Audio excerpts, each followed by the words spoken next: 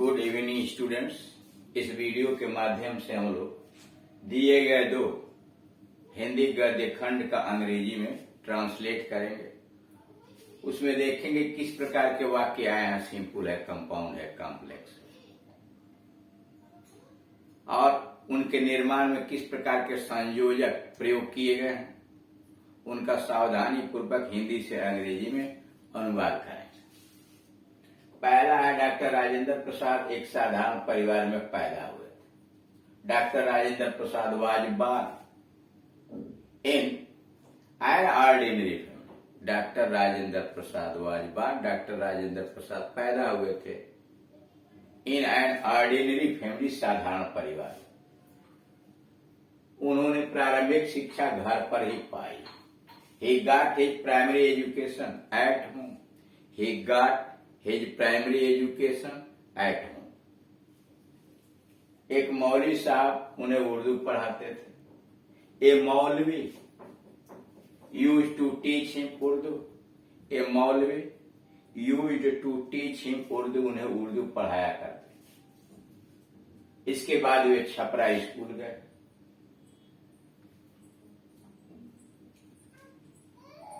Then उसके बाद he went to Chhapra school.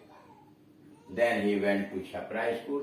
वहां उन्हें कठिन परिश्रम करना पड़ता था। There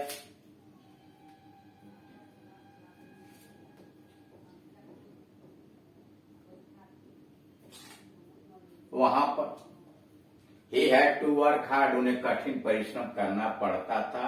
There he had to work hard। Way matriculation की परीक्षा में प्रथम श्रेणी में उत्तीर्ण हुए। He got first division in the matriculation exam. He got first division in the matriculation exam. इसके बाद वे प्रेसिडेंसी कॉलेज में दाखिल हुए। Then he got admission in presidency college. Then he got admission in presidency college.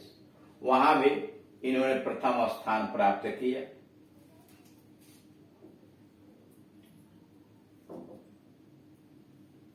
He passed. He stood first there also. वहां भी वो प्रथम श्रेणी प्राप्त किया। He stood first there also.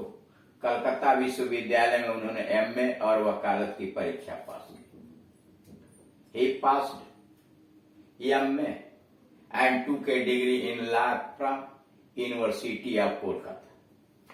He passed MA and took a degree of law from University of Kolkata.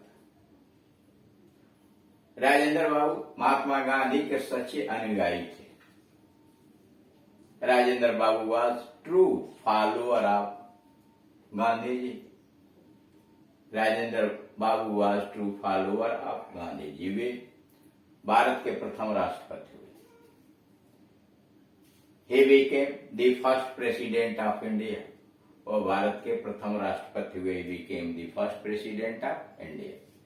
सादा जीवन उच्च विचार, उच्च जीवन उनके जीवन का आदर्श था। Simple living and high thinking was the principle of his life. Simple living and high thinking was the principle of his life।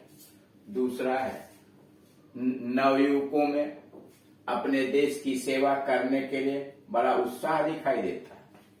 Youngsters show a great enthusiasm for the service of their country। कारण नवयुवकों में अपने देश की सेवा करने के लिए बड़ा उत्साह दिखाई देता है। Youngsters show a great enthusiasm for service their country। यह भी सच है कि जनता की स्थिति सुधारने के लिए देश प्रत्येक युवक की सेवा चाहता है। It is also true, यह भी सत्य है, that country needs, देश को आवश्यकता है, देश को जरूरत है, the service of every young man, प्रत्येक देशवासी की सेवा के। It is true that country needs the service of every young man to improve the condition of the people। देश की लोगों की दशा सुधारने के लिए। हमारा साधारण किताबी ज्ञान जनता के लिए विशेष उपयोगी नहीं है। Our simple bookish knowledge is not useful for the public. Only our simple bookish knowledge is not useful for the public. निर्धन किसान यह जानना चाहता है कि वो अच्छी फसल कैसे प्राप्त कर सके। A poor farmer wants to know, गरीब किसान जानना चाहता है, poor farmer wants to know how he can get good harvest,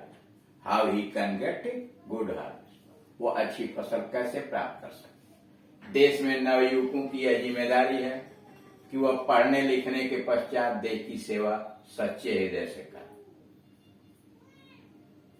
it is the responsibility of the youngster, देश के नवयुवकों की यह जिम्मेदारी है, it is responsibility of the youngster that they should serve the country, उसे देश की सेवा करनी चाहिए by heart after completing their education. फिर सुनिए, कह रहा देश के नवयुवकों की यह जिम्मेदारी कि वह पढ़ने लिखने के बाद देश की सेवा सच्चे हृदय से करें। It is the responsibility of the youngsters that they should serve the country by heart after completing their education. तभी हमारा देश उन्नतशील देश से विकसित देश बन पाए। ओनली देन आवर कंट्री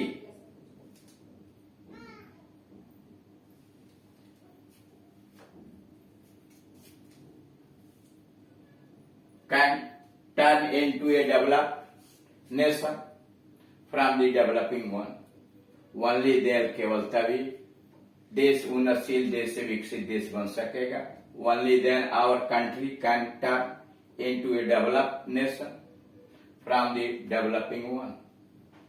तो इस प्रकार से आप देख रहे हैं कि दिए गए पैसेज के अंतर्गत विभिन्न प्रकार के वाक्य भी आ रहे हैं, विभिन्न प्रकार के संयोजक आ रहे हैं, जैसे not only but also, either आ रहा है, जो वैन इत्यादि। इनके प्रयोग में इसलिए सावधानी बरतनी चाहिए कि क्रिया का भी ध्यान रखें, सीक्वेंस ऑफ टेंसेस का ध्यान रखें, साथ ही साथ डायरेक्ट इनडायरेक्ट नियमों का जो परिपालन है वह भी इसमें सावधानी पूर्वक होना चाहिए। Thank you.